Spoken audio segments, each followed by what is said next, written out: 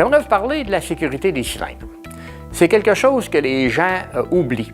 Le cylindre de plongée qu'on utilise, qu'il soit en acier, en aluminium, est un cylindre qui contient une très haute pression.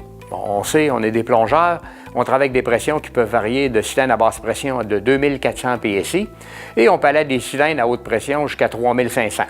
Donc, c'est des pressions qui sont élevées. Si on prend par exemple un cylindre en aluminium de 80 pieds cubes, la pression 3000 PSI, l'énergie potentielle dans un cylindre comme ça est de 1 300 000 livres-pieds. Suffisant pour prendre un camion de pompier et aller le poser sur un édifice de 6 étages. Donc, l'énergie est énorme dans un cylindre comme ça. Et souvent, on entend « Oh, mais ça n'explose pas, les cylindres. » Malheureusement, ça explose. Il en explose, il y a quelques années, il en explosait de 10 à 12 par année. Donc, PSI est un organisme international qui va beaucoup dans l'enseignement et la formation en plongée. On a réussi, en formant beaucoup de monde, à éliminer quand même la quantité de cylindres qui explosent. Malheureusement, il en explose encore. Un ici et là, et il y a des décès. Un qui est le plus frappant, c'est celui d'Utila, le 10 janvier 2018, où une jeune fille de 16 ans est décédée et un monsieur d'une cinquantaine d'années a été amputé en haut du genou. Tout un choc.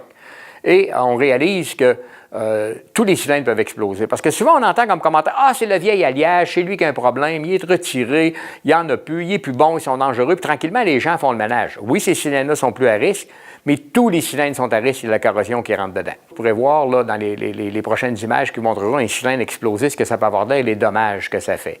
Donc, s'il vous plaît, soyez sûr de faire inspecter vos cylindres par des personnes qualifiées et qui sont capables de vous aviser que votre cylindre est défectueux et doit être retiré de la circulation. Plutôt que de dire « Donne-moi mon cylindre, moi aller vérifier ailleurs, quelqu'un d'autre va me le passer ». C'est des items qui sont dangereux s'ils sont en mauvaise condition et peuvent facilement amener des blessures graves et la mort. Donc, s'il vous plaît, faites sûr que vos cylindres sont bien inspectés.